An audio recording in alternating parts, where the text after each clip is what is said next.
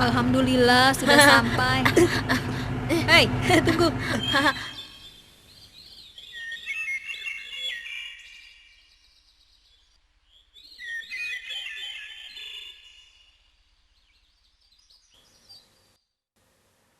Assalamualaikum anak-anak. Kaifa halukum? Waalaikumsalam, alhamdulillah bihairin. Pelajaran fikih hari ini akan membahas masalah wudu, tayamum, dan sholat. Kalian siap? Insyaallah. Anak-anak, wudu merupakan syarat syahnya sholat. Rasulullah pernah bersabda, artinya, tidak akan diterima sholatnya tanpa bersuci terlebih dahulu. Nah, sekarang siapa di antara kalian yang sudah bisa berwudu? Ayo, tunjukkan. Saya, Ustaz. saya Pak Ustadz. Saya juga Ustadz. Alhamdulillah, saya sudah bisa berwudu. Ya, baiklah. Ustadz percaya, tapi kita tetap harus mempelajari supaya wudu kita sempurna. Karena kalau wudu kita tidak sempurna, sholat kita pun tidak akan sah. Pak Ustadz, saya mau tanya, apa ada wudu yang tidak sempurna? Bisa saja wudu tidak sempurna. Bahkan hal ini seringkali terjadi, tapi tidak disadari. Karena itu kita harus mengetahui bagaimana wudu yang benar. Apa saja yang membatalkan wudu. Dengan demikian, kita akan tahu apakah wudu kita benar atau salah. Nah, sekarang kalian perhatikan baik-baik. Inilah cara wudu yang benar. Sebagaimana yang diriwayatkan oleh Imam Bukhari. Tolong anak-anak, perhatikan baik-baik. Mula-mula membaca bismillah. Kemudian mencuci kedua telapak tangan masing-masing 3 kali.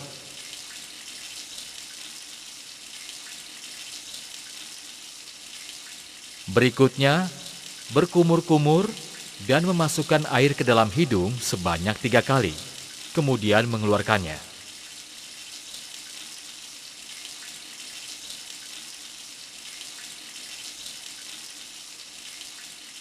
Setelah itu mencuci wajah sebanyak 3 kali.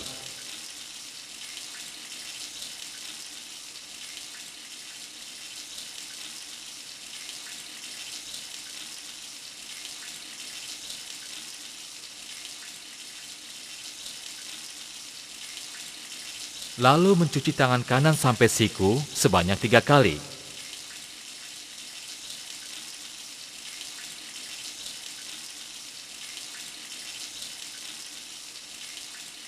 Kemudian tangan kiri sampai siku sebanyak 3 kali, saling bergantian. Seterusnya mengusap kepala dan mengusap telinga sebanyak 1 kali.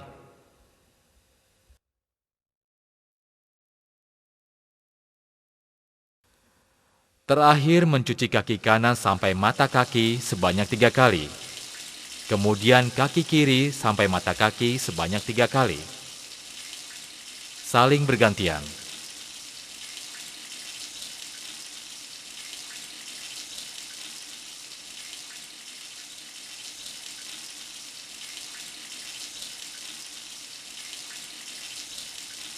Selesai berwudu, disunahkan membaca doa أشهد أن لا إله إلا الله وحده لا شريك له وأشهد أن محمدا عبده ورسوله اللهم اجعلني من التوابين واجعلني من المتطهرين.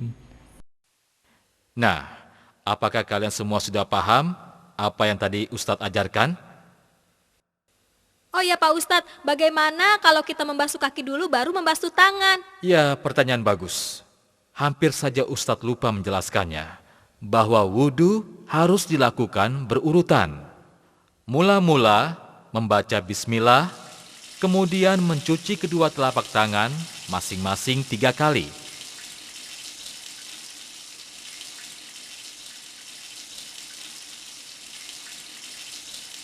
Berikutnya, berkumur-kumur dan memasukkan air ke dalam hidung sebanyak 3 kali, kemudian mengeluarkannya.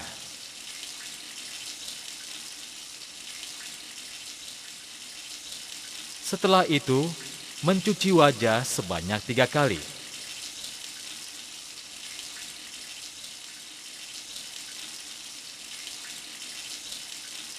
Lalu mencuci tangan kanan sampai siku 3 kali.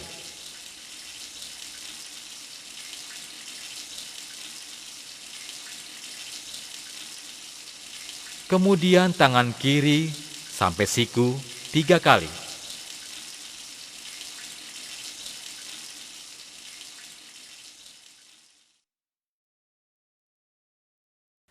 Seterusnya mengusap kepala dan mengusap telinga sebanyak 1 kali.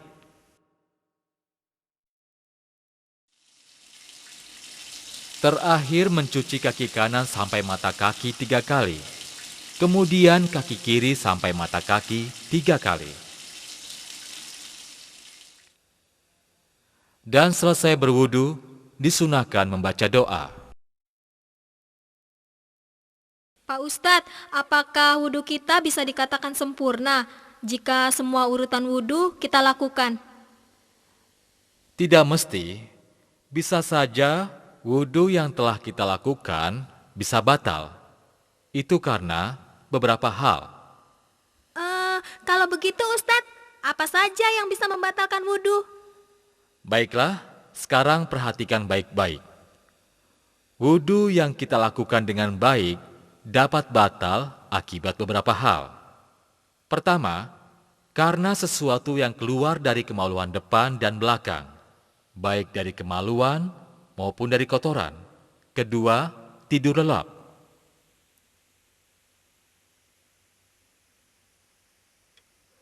Ketiga, hilang akal atau gila.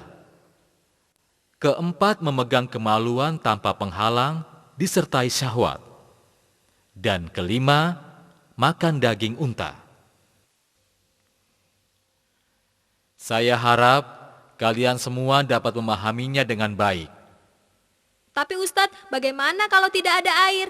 Ya, pertanyaan bagus. Jika tidak ada air, maka kita bisa tayamum dengan debu. Sebagaimana firman Allah. A'udzu billahi minasyaitonir rajim. وإن كنتم مرضى أو على سفر أو جاء أحد منكم من الغائط أو لامستم النساء فلم تجدوا ماء فتيمموا صعيدا طيبا فامسحوا بوجوهكم وأيديكم منه ما يريد الله ليجعل عليكم من حرج ولكن يريد ليطهركم وليتم نعمته عليكم لعلكم تشكرون. Al-Maidah ayat 6. Sesuai dengan ayat ini, maka kita bisa melakukan tayamum dengan cara menempelkan kedua telapak tangan ke tanah atau permukaan bumi yang berdebu, lalu meniupnya, kemudian mengusap muka dan kedua telapak tangan.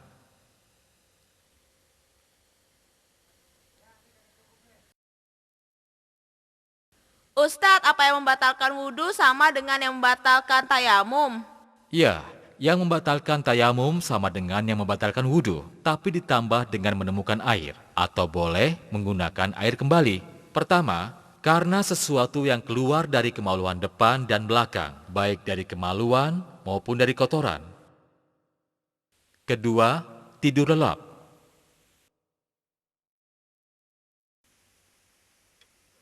Ketiga, hilang akal atau gila. Keempat, memegang kemaluan tanpa penghalang disertai syahwat. Dan kelima, makan daging unta.